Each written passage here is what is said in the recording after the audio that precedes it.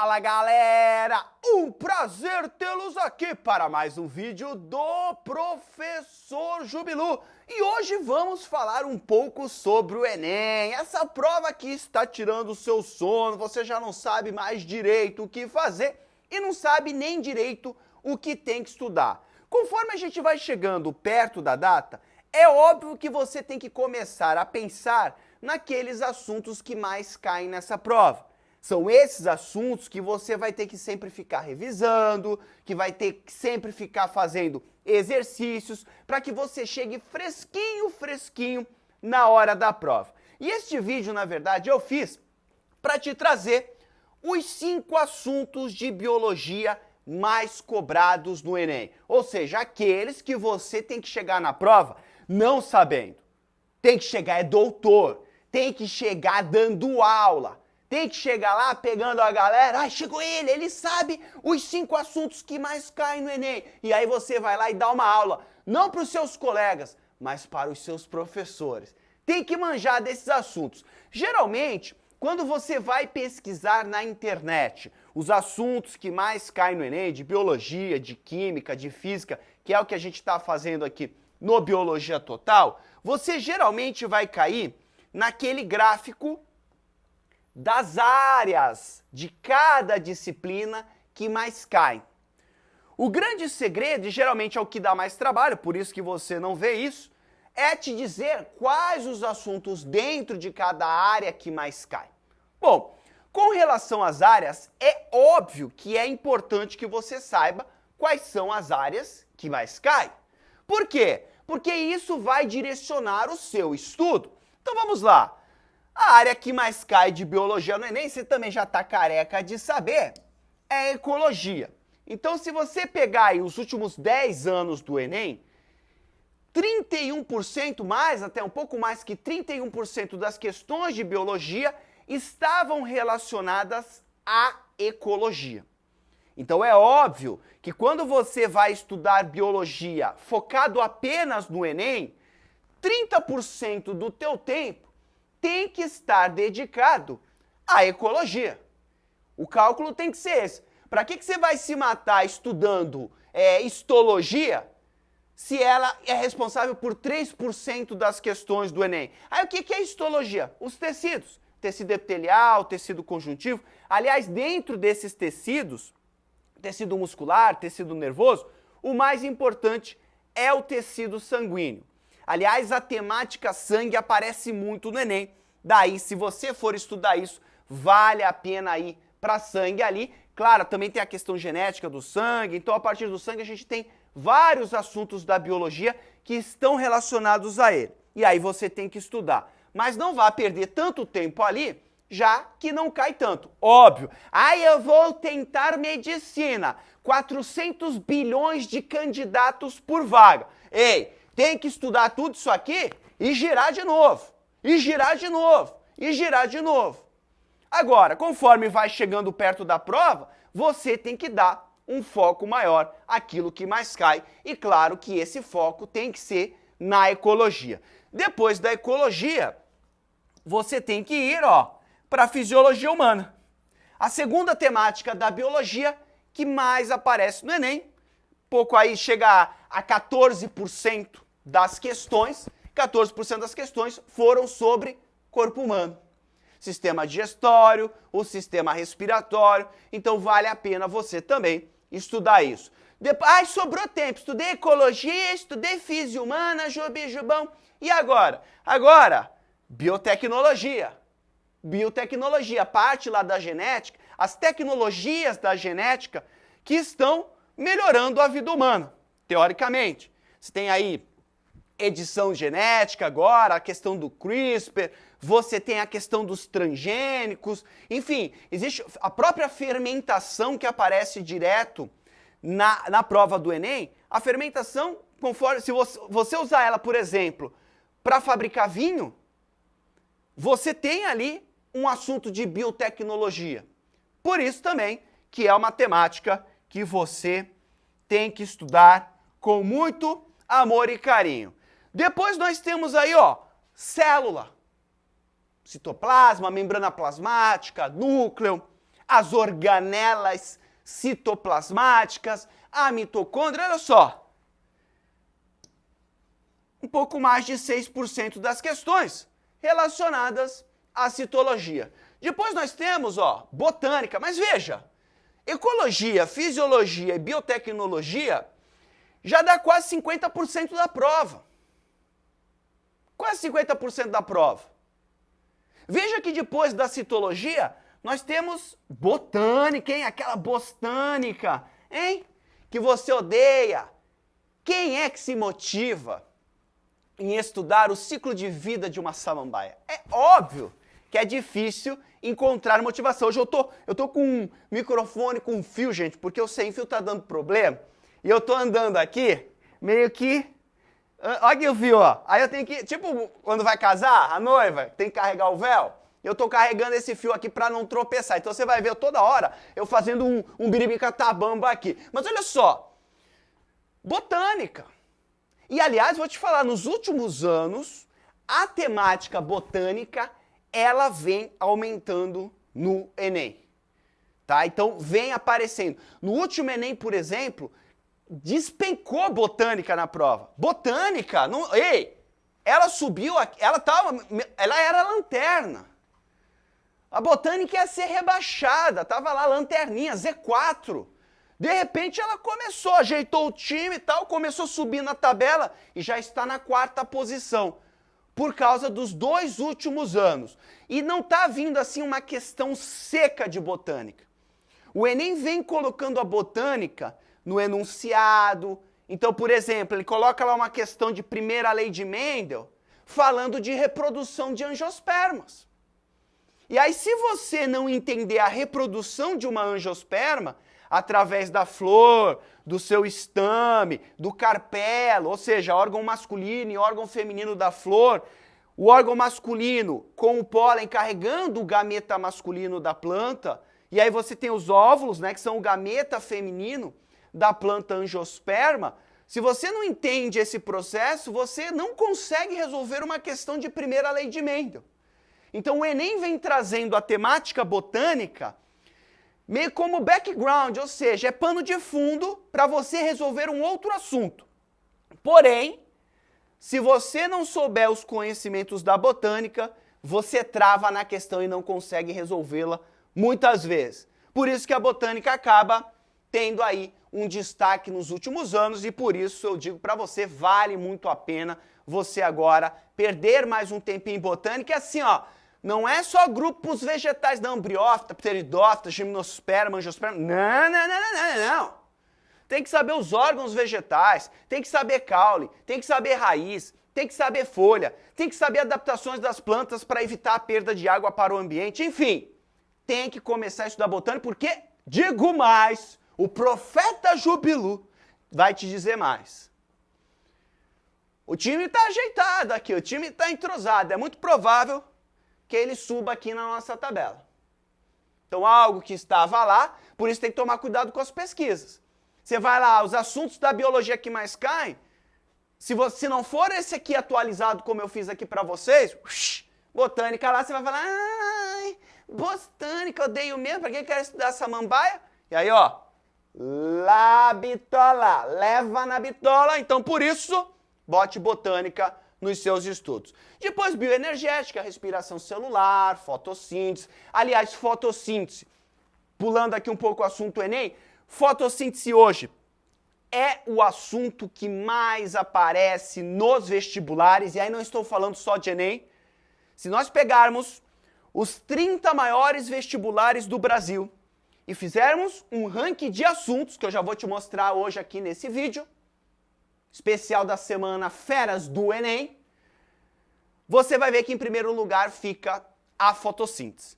Então é um assunto também que você tem que estudar bastante e o Enem também traz bastante fotossíntese. Depois nós temos a genética do Enem. Geralmente ele vai ali para a parte de os cromossomos sexuais, que é herança ligada ao sexo. O Enem também gosta de falar de primeira lei de Mendel, gosta de trabalhar probabilidades, mas o Enem não é uma prova que traz uma genética muito assim, ai meu Deus, que questão do capeta, não. geralmente são questões tranquilas de serem resolvidas para aquele aluno, óbvio, que estudou. Depois, ó, a questão da evolução, que já esteve mais à frente, está perdendo espaço no Enem. Então a evolução aqui representa 5% das questões, mas ela vem perdendo espaço, muito focado em Darwin e Lamarck. É importante que você mantenha esses conhecimentos, já que o Enem é uma incógnita, é difícil a gente prever, tem um comportamento que a gente está prevendo, que é isso aqui. A gente sabe que vai cair muita ecologia na prova lá, mas de toda forma é uma prova que todo ano traz surpresas. Por isso que eu digo, claro, foque no que mais cai, mas se tiver tempo, por favor, foque em tudo. Bom, depois nós temos aqui bioquímica, carboidratos, lipídios, proteínas, zoologia, animais, o Enem não gosta muito da bicharada, microbiologia, bactérias, depois aqui histologia dos tecidos, citogenética, questões relacionadas ao núcleo celular, mitose, meiose, por incrível que pareça, não aparecem tanto no Enem. Não aparecer tanto não significa que não vai aparecer, pode aparecer, inclusive aparecem coisas no Enem que nem estão na grade do ensino médio, muitas vezes já estão lá na grade do ensino superior, como eu já falei em outros momentos, é uma prova estranha, é um grande remendão de questões, ela fala que não se atém a decoreba, mas traz questões perguntando o nomezinho. Eu vou te mostrar um exemplo ainda nessa aula. Então, realmente, a gente pode esperar de tudo nessa prova. Por isso que, claro, quanto mais você estudar, quanto mais você se dedicar, mais preparado para as surpresas você estará. Se você observar, por exemplo, no meu canal do YouTube, e na própria plataforma do Biologia Total, eu estou colocando aulas do tipo assim, o impacto ambiental dos smartphones. E a pessoa está vendo aquilo e falando assim, nossa, Jubão, tô entendendo, para que falar disso? Nem tem aqui na minha apostila que eu uso do cursinho. Aí chega lá na questão do Enem, tá lá a coisa do smartphone. Por quê? Porque o Enem está trazendo questões de impactos ambientais que estão fugindo do senso comum. Você vai lá, se mata estudando aquecimento global, se mata estudando chuva ácida, chega na prova, cai impermeabilização do solo por concreto. Nós já produzimos tanto concreto na nossa história que daria para ter botado cimento no planeta inteiro, com uma camada de 1 metro de espessura. E claro que quando você bota cimento num lugar, você impermeabiliza, tá difícil aqui, impermeabiliza o solo. A água não tem por onde infiltrar, e aí o que é que você tem? As enchentes. E o Enem já trouxe uma questão sobre isso. E dificilmente isso é conversado nas escolas, nos cursinhos, e o Enem traz. Por isso que eu estou colocando esse tipo de vídeo, para você estar preparado para aquilo que foge do que está no radar do aluno. Então vá lá no canal do YouTube, ou você que já está aqui no YouTube, assista essas aulas, porque elas são importantes. Embora elas não estejam na grade curricular, elas são questões que podem aparecer no Enem. Bom, sabendo dessa tabelinha aqui, bonitinha, zoologia, microbiologia, histologia, reprodução, bem pouquinho, reprodução assexuada, sexuada, cai muito pouco no Enem. Agora vem o tema da aula. Por enquanto eu estou só te enrolando aqui, não te falei nada. Porque agora, você quer dar um print, entendi, quero dar um print, Jube, quer dar um print na tabela? Deixa eu apagar aqui para você, para ficar bonito então. Dá um print aí, que isso é o seu guia de estudo até o Enem. Aquilo que você mais vai ter que estudar para chegar lá e dar uma verdadeira cotovelada na cara da prova. Deixa eu vir aqui, ó. Eita! Eu estou com uma voz de gripado porque eu também estou gripado. Hoje realmente está difícil a vida, eu estou com um microfone horrível e eu estou gripado também. Tô dodói, mas vim aqui. Tamo junto, até o Enem, até depois do Enem. Você que vai fazer FUVEST, Unicamp, os vestibulares que vem pós o Enem, eu não sumo não, eu continuo dando aula para vocês. Bom, gente, vem comigo aqui. Vamos ver agora os 5 assuntos que mais caem no Enem de Biologia, os 5. Top 5. E claro, para manter o Ibope, eu vou começar pelo 5º lugar, que são os ciclos biogeoquímicos. Ó, já caímos aqui no assunto de ecologia. Quando a gente fala de ecologia, você pode falar, mas Jubão, em ecologia não são os impactos ambientais? Calma, eu estou no quinto, meu amigo. Esse é o quinto que mais cai, não é o que mais cai. Ah, mas os impactos é o quinto, os impactos ambientais é o quinto, calma. Dá uma chance pro Jube. Mas e os impactos ambientais? Eu já falei, esse é o quinto. Os impactos... Ó, vamos parar? Vamos parar. Vem comigo. Os ciclos biogeoquímicos nada mais são do que o movimento dos elementos químicos pelo planeta Terra. Então, ora, o carbono está na atmosfera, ora o carbono está dentro do meu corpo, ora o carbono está numa molécula de açúcar. Então essa molécula de carbono, ela vai se movimentando pelo planeta. O nitrogênio é a mesma coisa, uma hora ele está na atmosfera, uma hora ele está na composição de uma proteína, daqui a pouco acontece alguma coisa, um bicho é comido, uma planta faz algum processo, ele vai estar em outro lugar. Então essas moléculas de nitrogênio, elas vão se movimentando. Tem até um livro que eu li uma vez que o cara dizia o seguinte, existem átomos, os átomos que formam o teu corpo, hoje, já foram átomos que formaram meteoros, que formaram estrelas, o mesmo átomo que estava lá no espaço, agora está dentro do seu corpo. Então as moléculas e os átomos, eles vão mudando de lugar. E os ciclos biogeoquímicos estudam isso. Caramba, qual que será a movimentação do nitrogênio pelo planeta? Qual que será a movimentação da molécula de água pelo planeta? Pelos fatores bióticos, que são os seres vivos, e pelos fatores abióticos, que são os fatores ambientais. A atmosfera, as rochas, a temperatura, tudo isso é fator abiótico. E essas moléculas estão movimentando por todas essas esferas. Bom, quando a gente fala de ciclos biogeoquímicos, nós temos o ciclo do carbono, o ciclo do oxigênio, ciclo da água, ciclo do nitrogênio, ciclo do fósforo. Todas essas aulas você encontra lá na plataforma do Biologia Total. Agora, claro que eu vou te falar aqui aquele ciclo biogeoquímico que mais cai. Qual é o que mais cai no Enem? É óbvio. E é o que mais cai na maior parte dos vestibulares, é o ciclo do nitrogênio. Laia! Ai, Júlio, já tive um ataque epilético aqui, vendo esse monte de gráfico. Relaxa. Lá na plataforma do Biologia Total, biologiatotal.com.br, existe uma videoaula minha, deixa eu me arrumar aqui, sobre o ciclo do nitrogênio, com computação gráfica. Então, uma super aula que você tem que assistir. Você não pode ir para o Enem sem assistir essa videoaula, ela é exclusiva dos alunos do Biologia Total, você tem que assistir essa aula. Bom, aqui eu vou te dar um remember, uma mini aula só pra gente relembrar, e claro, se fizer sentido o que eu tô falando pra você, se você chegar e falar assim, nossa, tá tranquilo, beleza? Tranquilo. Agora, se não fizer sentido, o que vai acontecer é que você vai ter que estudar essa aula. Bom, vem comigo aqui, vamos lá, ciclo do nitrogênio. Isso aqui é o nitrogênio, a maior parte da nossa atmosfera ela é composta de nitrogênio gasoso. Então tem muito nitrogênio na nossa atmosfera.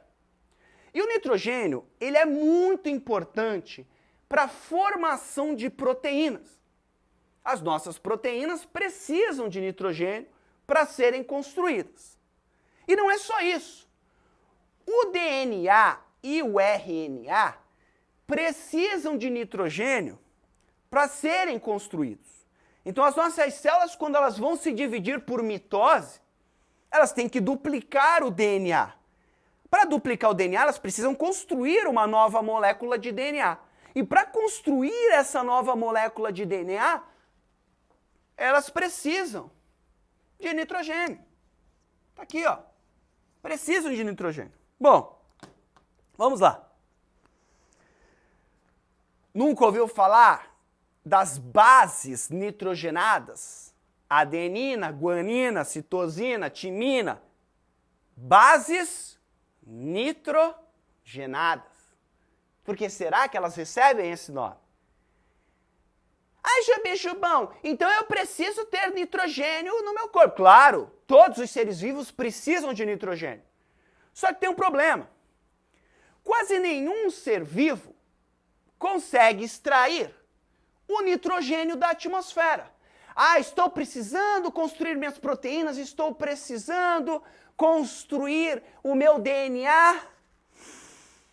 Ah, nitrogênio do ar. Nós não conseguimos fazer isso. Então o nitrogênio ele tem que passar por uma série de transformações até ele chegar no nosso organismo. Já vou até adiantar. Você está preocupado? Ah, eu preciso de nitrogênio, eu não consigo nitrogênio da atmosfera. É fácil. Você consegue nitrogênio comendo. Então quando você come um vegetal, quando você come uma carne, tem nitrogênio ali. Pronto. Agora, como é que esse nitrogênio chega ali? Essa é a questão. Bom, graças ao bom Pai, existem seres vivos, alguns, poucos e bons, que conseguem retirar o nitrogênio da atmosfera e colocar esse nitrogênio no solo, numa outra forma, que são as bactérias. Existem grupos de bactérias que pegam o nitrogênio atmosfera, são chamadas de bactérias fixadoras de nitrogênio. Essas bactérias pegam o nitrogênio para elas querem fazer algum processo pedagógico, elas querem produzir energia usando esse nitrogênio. Só que depois que elas fazem isso, elas jogam o nitrogênio fora. Só que aí jogam o nitrogênio fora na forma de amônia. Fica lá, já está no solo. Então esse nitrogênio que estava aqui entrou na bactéria, foi processado, foi combinado com moléculas de hidrogênio e depois foi jogado fora. Só que aí na forma de amônia. Aí existem outro tipo de bactéria no solo, que são as bactérias nitrificantes, que usam a amônia para elas. Ah, agora tem amônia, que bom! Me dá aqui, eu preciso de amônia para produzir energia. Usam essa amônia, fazem os processos bioquímicos dentro delas e depois jogam nitrito no solo. Veja aqui, ó. Era nitrogênio gasoso, depois, ó o nitrogênio aqui, ó, na forma de amônia, e o nitrito tem nitrogênio associado a moléculas de oxigênio. Então o nitrogênio continua aqui. Ele só está sendo recombinado com outras moléculas. Aí, outras bactérias, que são as bactérias nitrificantes também, só que aí do gênero Nitrobacter, aqui nós temos as bactérias do gênero Nitrosomonas, pegam o nitrito para elas, fazem a transformação e depois jogam fora esse nitrogênio na forma de nitrato. Então, olha só, era amônia, foi transformado, virou nitrito, foi transformado, virou nitrato. Somente quando o nitrogênio chega na forma de nitrato, é que as plantas conseguem absorver esse nitrogênio pelas suas raízes. Tem plantas, inclusive, que carregam essas bactérias nas suas raízes, em nódulos, que são as plantas leguminosas. Então essas plantas leguminosas carregam esse pool de bactérias com elas, nas suas raízes. E por isso que essas plantas são muito mais ricas em nitrogênio. E é exatamente por isso que quando você quer fazer uma agricultura mais sustentável, você planta vegetais leguminosos. Por quê? Porque, sei lá, planta feijão. Quando esse vegetal, as folhas desse vegetal, o caule desse vegetal, quando eles morrerem, eles vão colocar mais nitrogênio no solo. E esse nitrogênio vai estar disponível para a próxima planta que você vai plantar lá no seu terreno. Você vai, então, trocando as culturas vegetais. Ora eu uso planta leguminosa, por conta dessa propriedade que elas têm. Ora eu uso uma planta que não seja leguminosa. Nas próprias florestas, as plantas leguminosas, que são fabáceas, né? A família lá das fabáceas, essas plantas, quando morrem, dispõem mais nitrogênio para outras plantas. Vamos pegar o cerrado, por exemplo. O cerrado é um biome que tem um solo pobre em nitrogênio. Mas tem plantas leguminosas. Então essas plantas leguminosas, quando morrem, disponibilizam nitrogênio para as outras plantas. E isso você consegue sustentar o sistema florestal do cerrado. É óbvio que o cerrado tem poucas formações florestais, porque o cerrado ele é caracterizado por gramíneas com arbustos espaçados. Arbustos são pequenas árvores espaçadas, mas você também tem formações florestais, e quando você vai nessas formações florestais, você consegue observar a presença de plantas leguminosas, que facilitam a disponibilidade de nitrogênio para outras plantas. Tem planta, inclusive, que não tem bactéria na sua raiz, aí ela vai lá, ó, e enrola a raiz dela aqui para pegar um pouquinho. Safada! Para pegar um pouco da planta leguminosa. Agora, já que estamos falando de cerrado e ciclo do nitrogênio, você pode me perguntar assim, mas Jubi, aliás, eu vou te perguntar isso. Chupão, que? Como é que tem tanta agricultura no cerrado se você falou que o solo é pobre em nitrogênio? Não, eu vou te falar mais, o solo do cerrado é uma bosta. É extremamente pobre em nutrientes. Nossa, chupão. Como é que eles conseguem, então? Eles colocam fertilizante no solo. Fertilizante. Quando você joga fertilizante no solo, ó, fértil. Sabe o que tem lá no fertilizante? Tem vários nutrientes. Entre eles, você vai ter nitrogênio. Então, quando o teu solo é pobre em nitrogênio, porque não tem esse pool de bactérias lá, fazendo esse favor para a gente, o que é que nós temos que fazer? Nós temos que, tentando não tropeçar aqui, jogar fertilizante. O problema é que a gente está jogando tanto fertilizante, está usando tanto fertilizante na agricultura, que esses fertilizantes estão indo para os rios.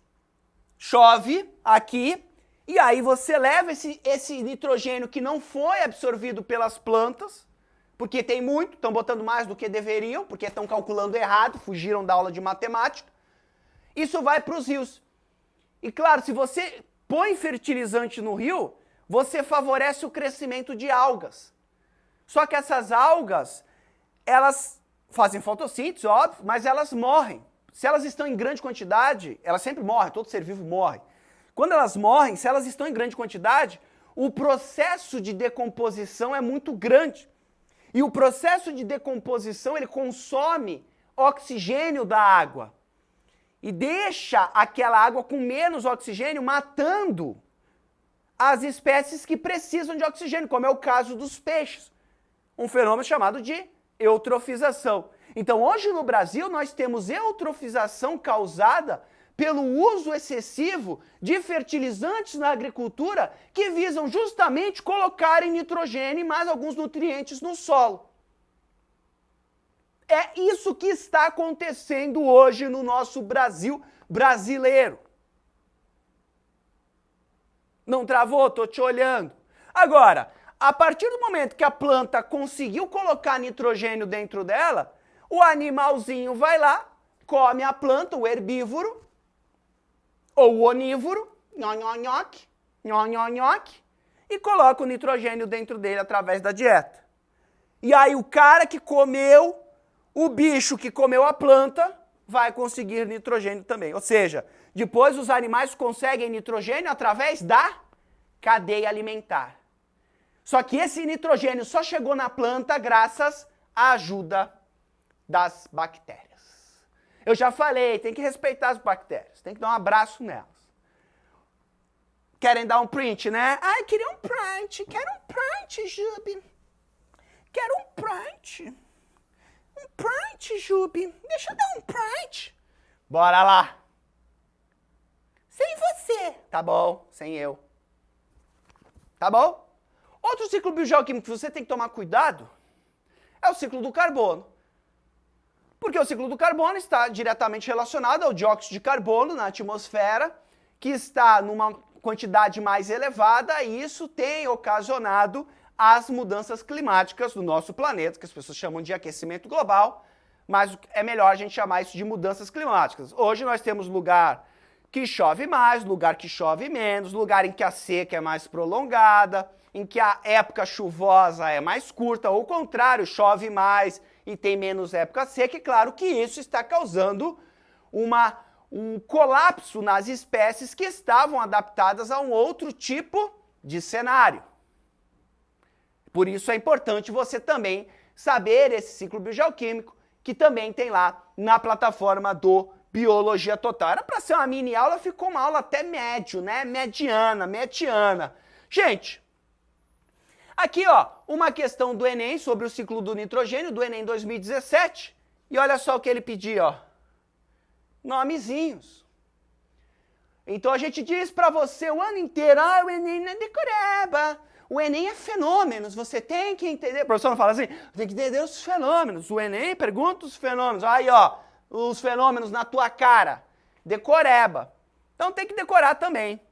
Tem que trabalhar com isso. Quando eu faço para decorar palavras na biologia, tem um vídeo meu no YouTube que se chama Como Estudar Biologia. Assiste esse vídeo, porque lá eu dou a dica para você decorar palavras assim que não fazem parte do teu vocabulário. Você não acorda de manhã falando sobre nitrificação. Nitrificação hoje, preciso pensar sobre isso, porque a nitrificação realmente... Não é uma palavra que faz parte do seu vocabulário. Muitas vezes você, nem do meu, eu não fico falando isso aqui toda hora. Imagina que eu durmo falando para minha esposa, a nitrificação, ela ia me largar. Então, você tem que ter técnicas para guardar isso daqui. Assistam esse vídeo, tem na plataforma também, Como Estudar Biologia. Seguindo aqui a nossa listinha, entramos no quarto assunto que mais cai no Enem, que são as organelas citoplasmáticas. Olha só, citologia não cai muito. Só que geralmente quando cai, citologia envolve membrana plasmática, transporte em membrana, características do citoplasma, tudo isso é citologia. Quando cai, é a organela citoplasmática, que coloca elas como o quarto assunto que mais aparece. Então olha só que loucura. Se você pegar toda a citologia, não cai tanto. Mas se você pegar um assunto só da citologia, cai pra caramba. Então tem que tomar cuidado com isso. Porque às vezes você pega justamente esse gráfico aí de bolacha, a citologia nem cai muito, e ó, organelas em quarto lugar. Vamos pegar uma célula eucariótica, você sabe que existem células procarióticas e eucarióticas. Procarióticas são as células lá das bactérias, são aquelas células que não têm organelas citoplasmáticas e ela não tem um núcleo verdadeiro, né? Não existe um núcleo, não existe uma membrana separando o DNA do resto do citoplasma, por isso que essas células são chamadas de células procarióticas. Aqui eu trouxe uma célula, inclusive é uma célula animal, uma célula eucariótica. Então aqui, ó, essa bola roxa, ó, é o núcleo. É aqui dentro que está o nosso material genético. Núcleo não é um assunto que cai tanto no Enem, como eu já te falei. Agora, essa turma que fica aqui no citoplasma, essa turma cai bastante. Por exemplo, esse conjunto de sacos próximos ao núcleo, com um monte de pontinho, é o retículo endoplasmático rugoso ou granuloso. Granuloso por quê? Porque ele possui ribossomos aderidos à sua parede. E o que ocorre dentro dessa organela citoplasmática? A produção de proteínas.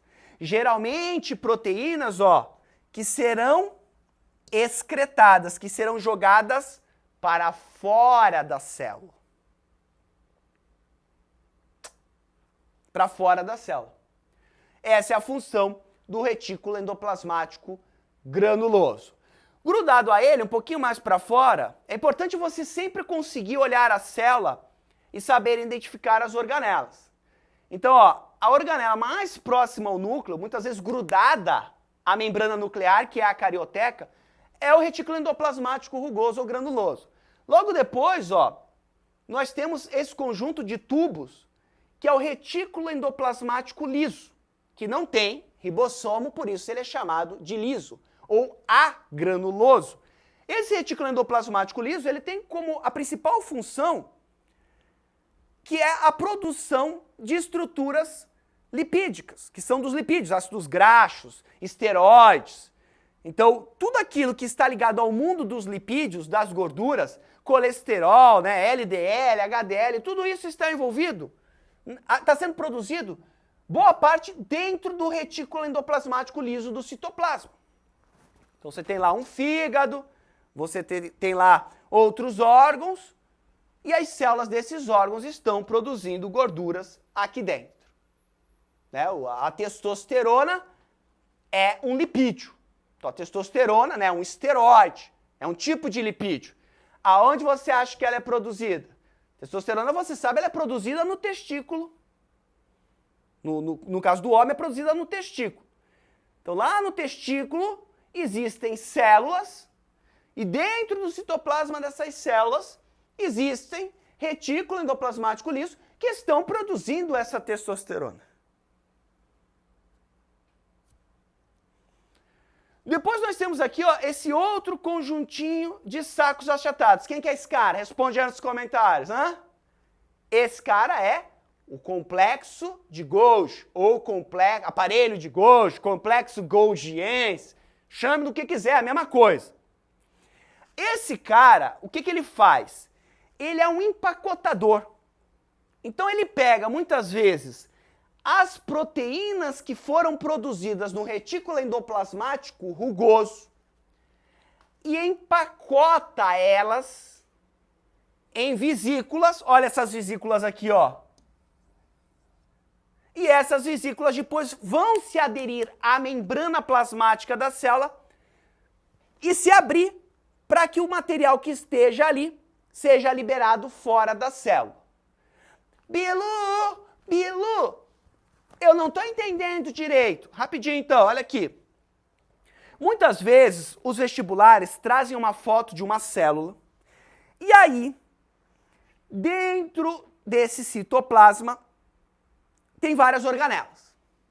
E ele pergunta assim, isso aí é uma célula que faz o quê? Aí você, sei lá, respira, vive.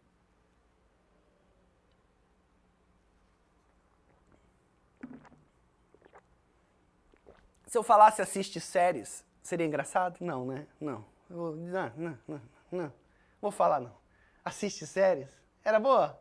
Não, né? Não, é fraca. É a gripe. Eu tô tendo alucinações aqui. Mas olha só. Você tá rindo agora? Ah, então foi demais. Ela assiste séries, mas na verdade sim, se você vê uma célula cheia de retículo endoplasmático rugoso e cheia de complexo de Golgi, ela é uma célula que secreta alguma coisa. Ela é uma célula que tem a função secretora. Inclusive o complexo de Golgi, ele vem com essa função, secreção celular. Secretar é colocar alguma coisa para fora da célula. Então, por exemplo, se nós pegarmos lá o pâncreas é uma glândula que nós temos no nosso corpo, produtora de insulina. E a insulina é um hormônio que pega o açúcar da circulação sanguínea e coloca esse açúcar, permite que esse açúcar entre na célula. A insulina, ela é uma proteína. Então, lá no pâncreas, se você pegar as células do pâncreas, você vai ver que tem muito retículo endoplasmático rugoso e muito complexo de Golgi para botar para fora da célula o quê? Para botar para fora da célula insulina. E tem o glucagon também. Então, ambos são polipeptídeos, são proteínas. Então, tu pode, inclusive, se olhar essa célula, pode até falar de onde ela é. Pode falar, provavelmente ela pertence ao pâncreas. Uma célula produtora de alguma substância que precisa ser secretada. Agora, mas um lembrete aqui, nós temos também aqui o complexo de Golgi, ó, a produção dos lisossomos que fazem a digestão celular. Então fazem a digestão de moléculas dentro da célula. Então mesma coisa, ó. Enzima não é uma proteína? Essa enzima é produzida onde? no retículo endoplasmático rugoso. Só que essa enzima, ela faz digestão, ela não pode ficar solta aqui no citosol, que é o líquido que tem dentro do citoplasma, porque ela vai digerir a célula toda. Então ela tem que ser empacotada. Então, ou seja, essa enzima é produzida aqui, enviada para o complexo de Golgi, onde vai ser empacotadinha na forma de lisossomo. Fica lá, uma vesículazinha cheia de enzima digestiva dentro para digerir aquilo que realmente tem que ser digerido na célula. Não pode chegar lá do nada e digerir o núcleo, acabou a célula. A não ser caso a célula queira se matar. Isso acontece, suicídio celular, apoptose. Aí ela vai jogar essas enzimas aqui para fazer o suicídio celular. Mas caso não, caso a célula queira viver, ame a vida e queira continuar o seu processo pedagógico, tem que estar tudo empacotadinho, tem que estar tudo separadinho para não virar bagunça. Agora, claro, de todas as organelas que eu te falei agora, a que mais cai está aqui. A nossa amiga, a mitocôndria. A mitocôndria é uma organela presente nos seres eucariontes, produtora do quê? Produtora de energia. Mas na verdade, gente, o que a mitocôndria faz mesmo? Deixa eu arrumar o meu véu aqui. Deixa eu ir aqui para você, falar pertinho, quero falar pertinho de você. Pertinho, Jubi. Bem pertinho, Jubi, pertinho. Pertinho.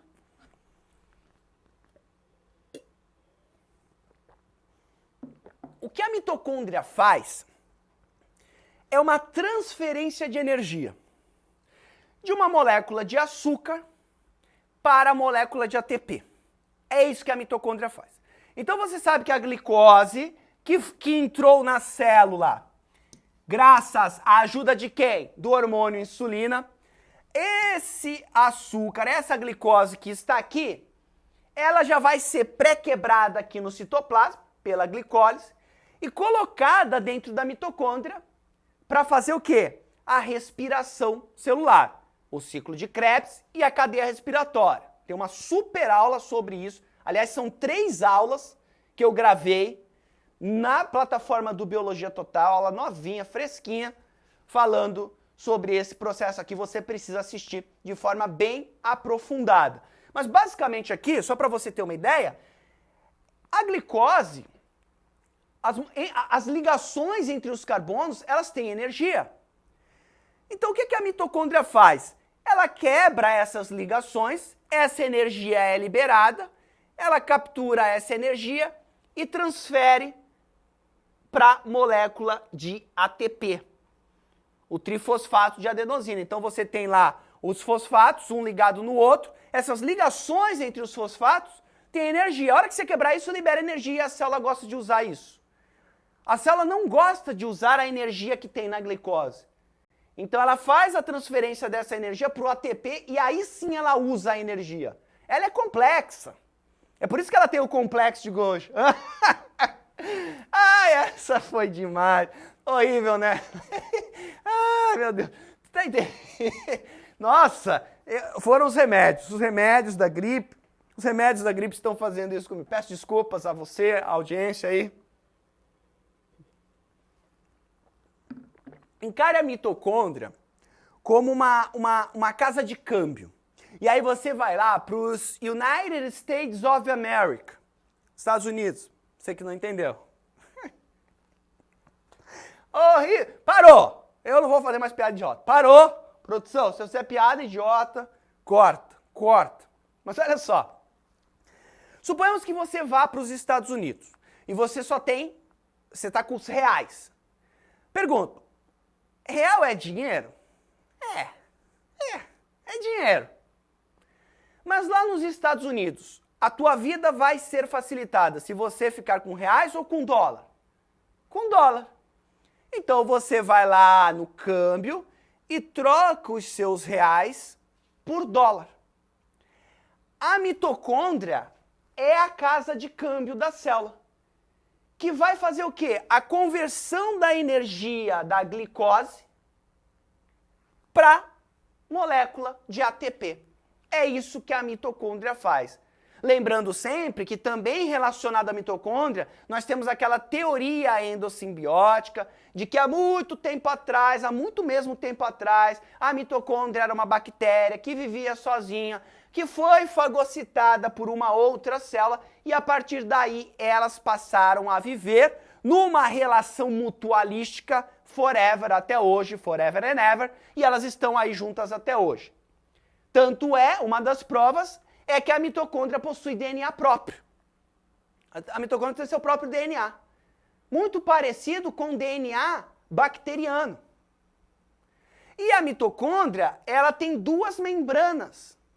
Ou seja, uma membrana era a membrana plasmática dela lá dos antigos, lá dos antepassados. Isso eu estou falando, gente, ó, são bilhões de anos atrás, tá? Não foi 10 anos atrás. Bilhões de anos atrás aconteceu isso. E a outra membrana é a membrana da célula que fagocitou ela. Por isso que ela ficou com dupla membrana. A mesma coisa aconteceu com o cloroplasto das plantas. Também era uma alga lá simplesinha que foi fagocitada e passou a viver com uma outra célula numa relação mutualística. O próprio cloroplasto responsável pela fotossíntese nas plantas também é uma organela citoplasmática que tem o seu próprio DNA. Dada essa mini aula sobre isso, vamos agora aqui, ó, uma questão do Enem 2018, que perguntava aqui, ó, a ricina, substância tóxica extraída da mamona, liga-se ao açúcar galactose presente na membrana plasmática, deu um blá blá blá, e ele pergunta o seguinte: o uso dessa substância pode ocasionar a morte de uma pessoa ao inibir diretamente a síntese do quê? Olha só, ele diz que a ricina destrói os ribossomos. O ribossomo não faz a construção de proteínas? Então, se você destrói os ribossomos, você vai impedir o quê, ó? A síntese de proteínas, que era a letra D. Uma questão relativamente fácil, que caiu aí no Enem 2018. Gente, terceiro assunto que mais cai, transgênicos. Então, os transgênicos são os organismos geneticamente modificados. Hoje, então, nós temos seres vivos que carregam genes de outros seres vivos no seu DNA. Então, você tem lá, sei lá, uma planta de algodão carregando o gene no seu DNA de um fungo. Ou uma outra planta que carrega o gene de uma bactéria dentro dela. Por exemplo, nós sabemos que nos próximos 50 anos, o interior do Brasil vai ser muito quente, né? Então, as cidades do interior do Brasil vão ter menos períodos de chuva e vão ter mais dias acima dos 34 graus Celsius. Isso vai acontecer. Por isso que é importante a gente manter as nossas florestas de pé. Não achar que pode cortar que não vai nada. Mas isso já vai acontecer, não adianta, vamos plantar tal para não acontecer pior. Mas vai ficar um lugar muito quente. Nós sabemos também que o planeta já passou por períodos mais quentes e períodos mais frios, períodos glaciais. E nós sabemos que existem plantas hoje, por exemplo, no Cerrado brasileiro, eu estou falando muito de Cerrado hoje, porque essa aula que você está assistindo, ela está sendo gravada, porque neste momento que você está assistindo essa aula, eu estou no Cerrado, gravando aulas sobre o Cerrado. Mas só te contando essa história, tem plantas no Cerrado que sobreviveram a um período de um planeta mais quente. Então essas plantas possuem no seu DNA algum gene que dá essa resistência a elas. Então, qual é a ideia? Por exemplo, nós sabemos que o café e o cacau vão sofrer muito com esse aquecimento que está vindo aí. Já está acontecendo, mas nos próximos 50 anos a coisa vai ficar bem pior. Então, a produtividade de café e de cacau brasileira, ela pode cair. Então, o que a gente tem que fazer? Vamos descobrir qual é o gene que dá resistência a algumas plantas que conseguem sobreviver num lugar mais quente, tira esse gene do DNA dela e coloca no DNA do café, coloca no DNA do cacau. E aí nós vamos ter café resistente ao calor. Nós vamos ter cacau resistente ao calor e aí a nossa agricultura e a nossa economia não seria tão afetada. Então perceba que quando a gente fala de organismos geneticamente modificados, existe o lado bom e o lado ruim. Por exemplo, hoje nós temos uma soja geneticamente modificada. A maior parte da soja brasileira hoje, e o Brasil cada vez mais vem produzindo soja, boa parte dessa soja para exportação, principalmente para o mercado chinês, para a fabricação de ração e alimentação de animais, ou seja, a gente destrói as nossas florestas para alimentar gado na China, enfim, é outra discussão, só estou plantando a semente da discórdia. E antes que me acusem de ser contra o agronegócio, pelo contrário, eu sei a importância do agronegócio para o Brasil, mas sei também que a gente não precisa derrubar nem mais uma árvore e mesmo assim a gente vai conseguir quadruplicar a nossa produção agropecuária. É possível fazer isso. Destruir florestas para continuar a plantar ou fazer pasto é o jeito mais preguiçoso e mais fácil de fazer isso. Porém, com boa vontade e a utilização de tecnologias, e muita gente do setor agropecuário já usa essas tecnologias, nós conseguimos aumentar em até 4 vezes a produtividade brasileira e continuar sendo um dos líderes em exportação, porque isso é importante para a economia brasileira, sem derrubar mais uma única árvore. Yes, we can.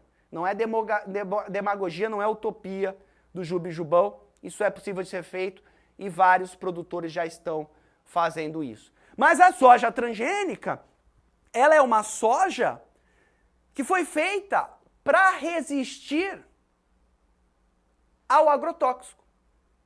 Então, a soja hoje transgênica, ela recebe uma quantidade muito grande de agrotóxicos. Lembrando que isso é um tema super atual, porque o Brasil é o país que mais consome agrotóxico no mundo e cada vez mais nós estamos tendo lobby para aumentar o uso desses agrotóxicos.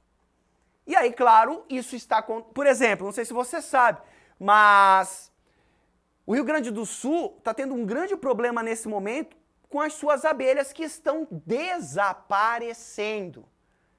E se você acha que a abelha não é importante, que ela só serve para te apavorar e tentar atacar a tua latinha de refrigerante, as abelhas são responsáveis hoje pela reprodução de 70% das espécies vegetais que você come. Então, sem abelha, não tem mais maracujá na tua mesa.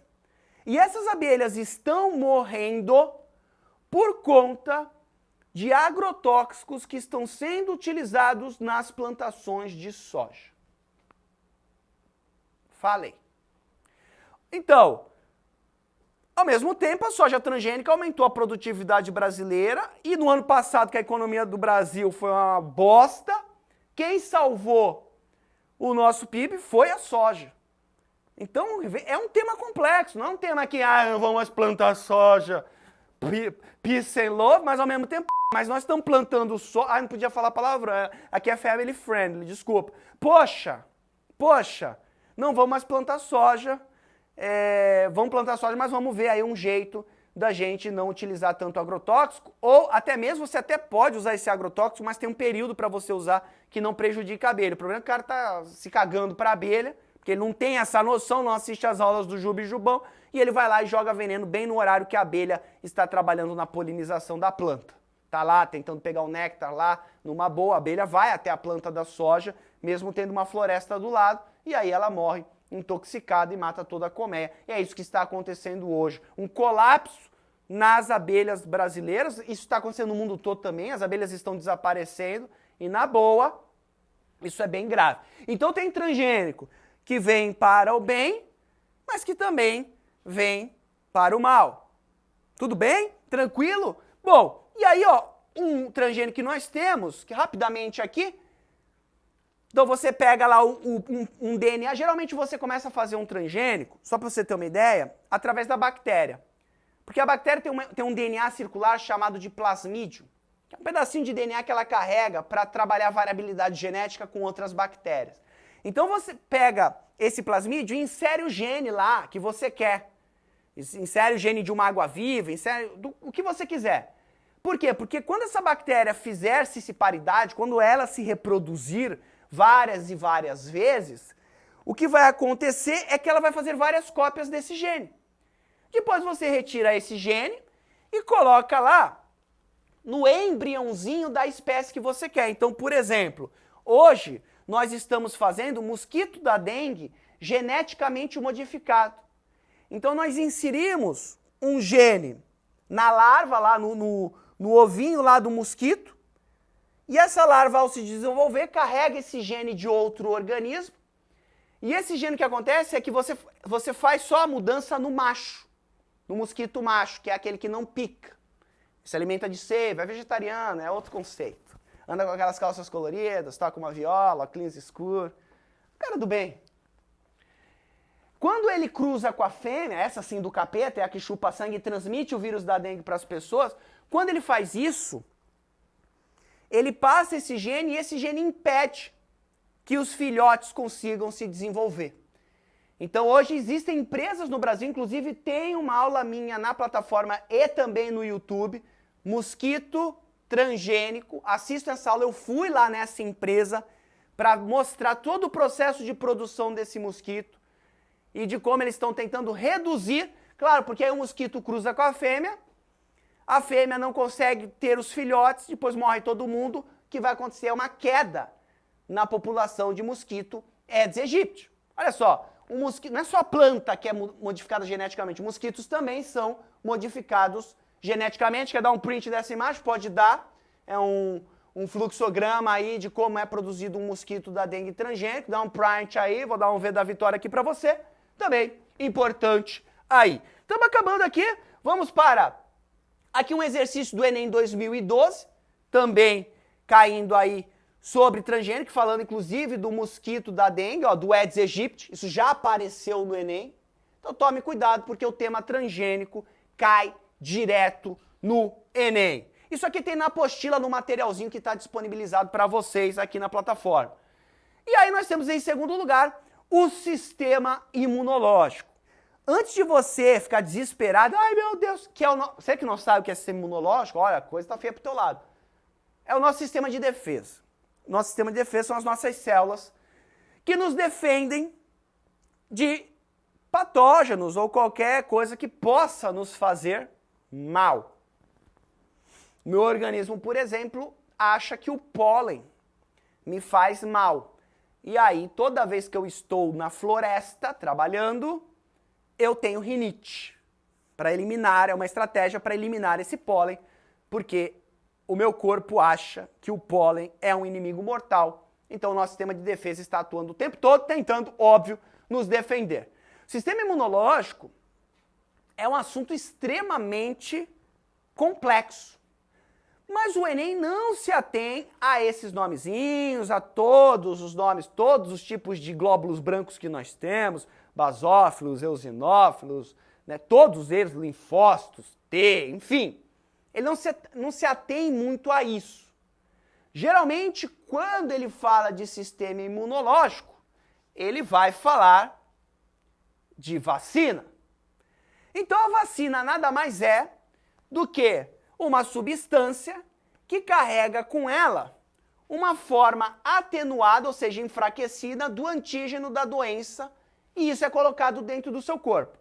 Então, uma vacina, ou ela tem o patógeno, que é quem causa a doença, enfraquecido, ou ele tem um pedaço só desse patógeno que vai causar uma resposta imunológica no nosso corpo.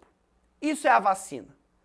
Ai, eu tomei uma vacina e tive febre, juba. Acontece. São os efeitos colaterais. Agora, a vacina não dá autismo, como dizem por aí. É muito melhor tomar a vacina do que não tomá-la. Agora, as pessoas se entopem de antidepressivos, tarja preta, que causa 50 bilhões de efeitos colaterais, ficam iguais uns zumbis andando por aí, aí a libido cai, não conseguem mais ter orgasmo, mas se enchem de, a vacina, nossa, não vou dar vacina para os meus filhos. Não faça isso. Nós tivemos um surto de sarampo, estamos ainda tendo problema com sarampo, muito por conta de pessoas que não estão mais vacinadas. A febre amarela foi um problema, e ainda vem sendo no Brasil, porque muita gente não estava vacinada contra a febre amarela.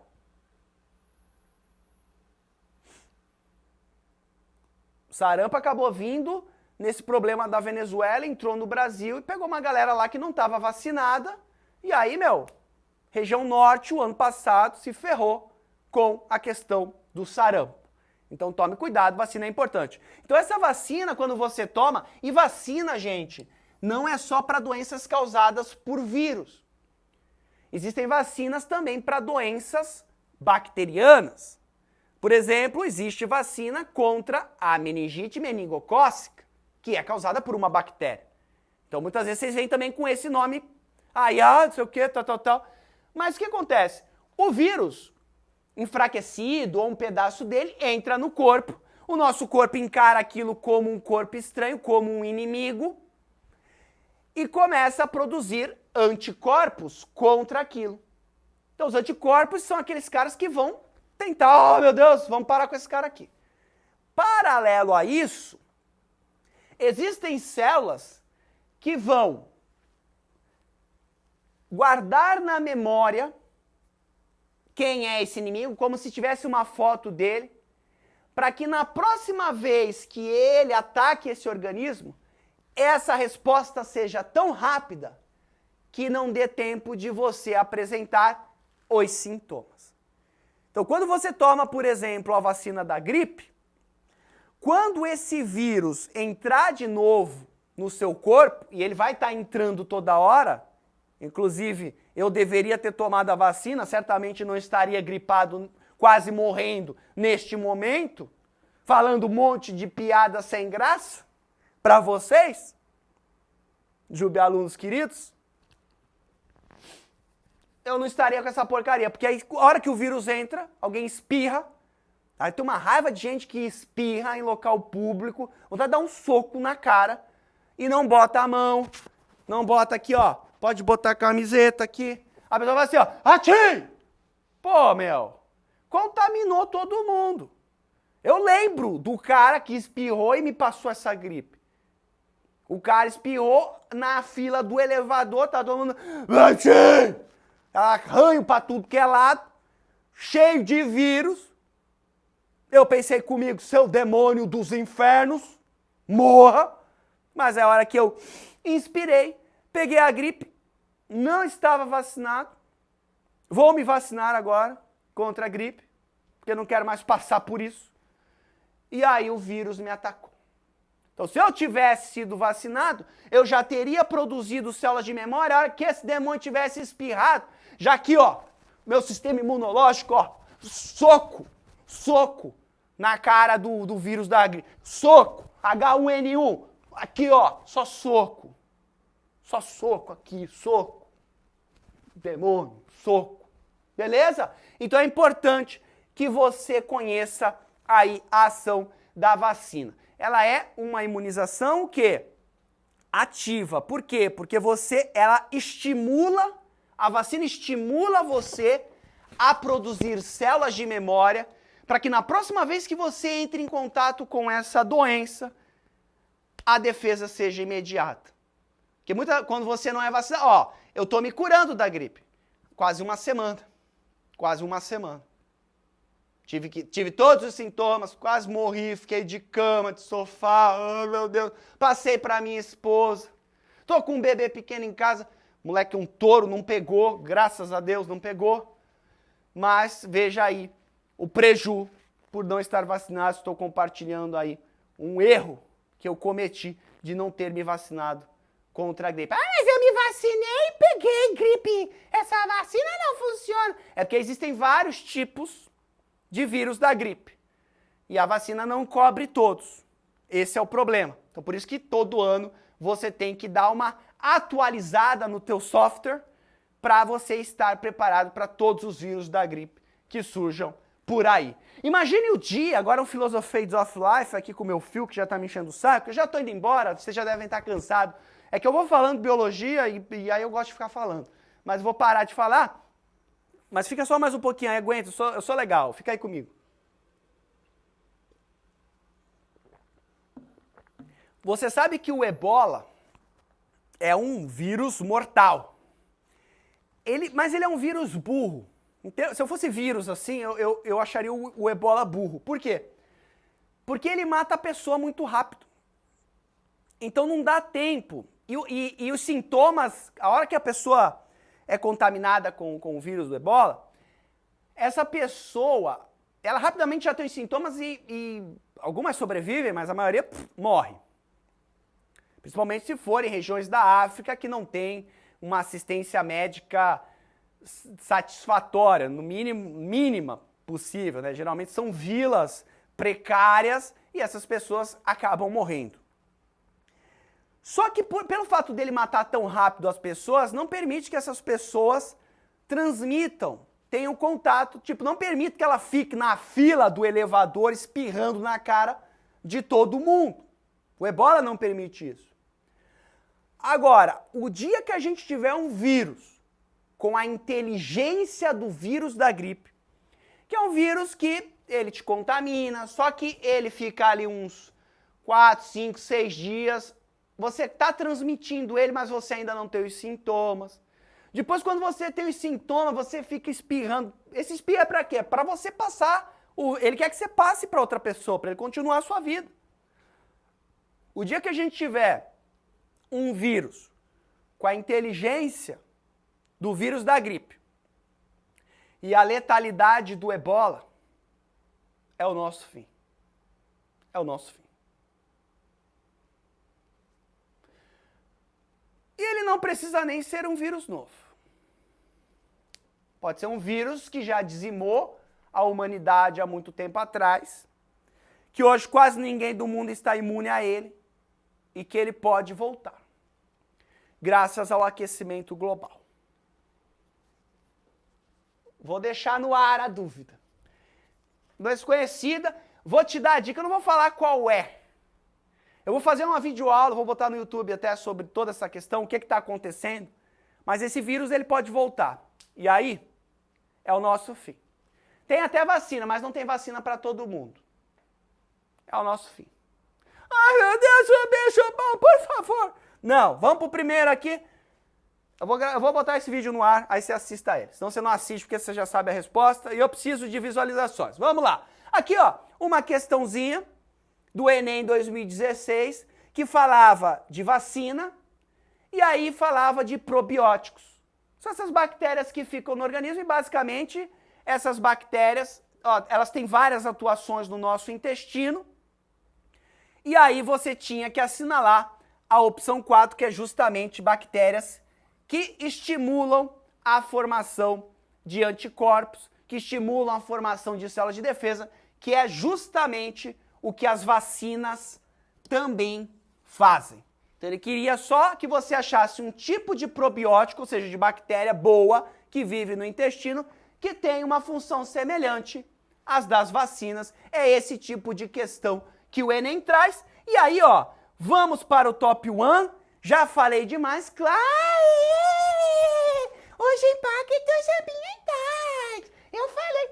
Tá em primeiro lugar. Tá em primeiro lugar. Impactos ambientais, gente, é tão importante para o Enem, e é o assunto que mais cai, que eu vou dar uma aula só sobre isso na próxima semana. Então, eu estou aqui abrindo a semana Feras do Enem, do Biologia Total. Vai ter aula de Química, de Física, aula interdisciplinar, motivação para vocês. É uma semana especial que está tendo no Biologia Total agora em maio. E eu estou abrindo essa semana e eu volto na próxima semana, volto do Cerrado, aí ao vivo mesmo, para falar só dos impactos ambientais, porque isso merece uma aula completasse uma aula aí, sei lá de quanto tempo, mas sei que eu estou falando aqui já faz um tempão. Só que eu queria só destacar um assunto aqui para vocês, que aí na próxima aula eu não vou falar. Cuidado esse ano com a questão dos lixões. Existia uma lei em que as prefeituras tinham que acabar com os lixões até agora, 2019, se eu não me engano, até 2020. É uma lei que foi imposta que as prefeituras teriam que acabar com os lixões das suas cidades. Os municípios tinham que arrumar outros, fazer aterros, enfim, criar todo um sistema para a recepção do lixo gerado pela cidade ou pelo município. Isso não foi cumprido. A prefeitura alega, vários prefeitos alegam falta de verba, enfim, aquele Miguelex.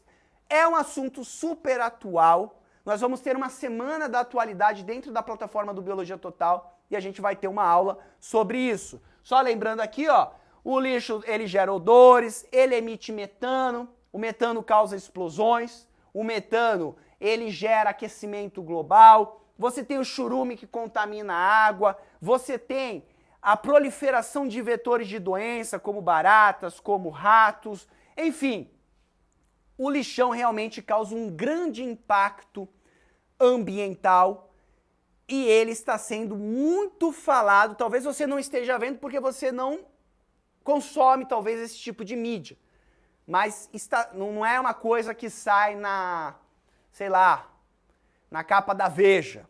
Mas está sendo muito comentado isso e provavelmente vai aparecer não só no Enem, como nos outros vestibulares, a temática lixão. Você tem que tomar cuidado, ou até temáticas relacionadas aos lixões, como, por exemplo, medidas para solucionar esse problema. Nós temos, por exemplo, a criação de biodigestores, que são equipamentos em que você coloca matéria orgânica lá dentro e a decomposição anaeróbica dessa matéria orgânica produz gás, o biogás, que é utilizado na produção de energia, e também essa matéria orgânica, depois decomposta, serve como adubo na agricultura. É apenas uma solução para o problema do lixão, e você sabe que o Enem adora esse tipo de questão, ou seja, soluções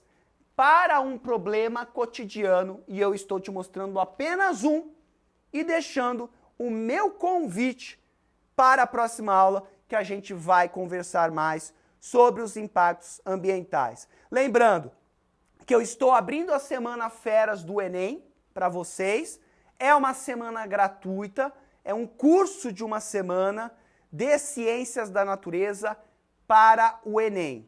E na próxima semana começa um novo curso no Biologia Total, que é o extensivo de maio, focado no Enem. Veja bem, se você já é aluno da plataforma, segue estudando o que você está estudando. Não precisa mudar de curso, a não ser que você tenha parado de fazer um curso e agora é a tua chance de recomeçar os seus estudos. É normal, não é que é normal, mas não deveria ser normal, mas a maior parte de vocês começa o ano motivado, começa o ano com tudo, começa o ano botando para quebrar. Branqueamente Corais, vou falar semana que vem. Começa o ano com tudo, começa o ano motivado, e quando chega abril e maio, vocês desabam, cansam, desmotivam, e muitos desistem de estudar, dizem, esse ano não vai dar, vou deixar para o próximo ano. Então, essa é a tua chance de recomeçar ainda em 2019, não deixar para 2020. Lembre-se que a vida é uma só, e que cada dia que você deixa de lutar pelos seus sonhos é um dia a menos, é um dia que você perdeu da sua vida. Maratonando, vendo séries, seja o que for, você estragou um dia da sua vida em busca do seu sonho e em busca de mudar a tua situação de vida.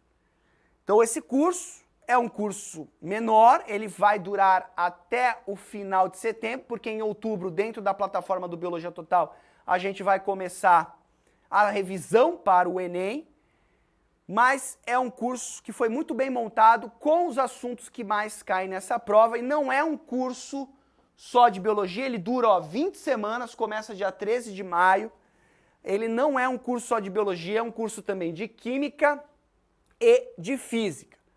Quem está estudando já com a gente sabe que nós estamos trabalhando muito a questão das ciências da natureza dentro da plataforma de forma interdisciplinar. Daqui 2, 3 semanas nós vamos ter uma semana especial chamada de Semana da Astrobiologia. A gente vai usar a temática de astrobiologia para te dar aula de química, física e biologia com matérias que caem nas provas, nos vestibulares e também no Enem. Origem da vida, universo, enfim, tudo isso conectado para que você aprenda essa disciplina, essas 3 disciplinas de uma maneira diferente e chegue lá no Enem com a sensação de que realmente você estudou aquilo. Porque o que está acontecendo é como vocês não estão sendo preparados da maneira correta.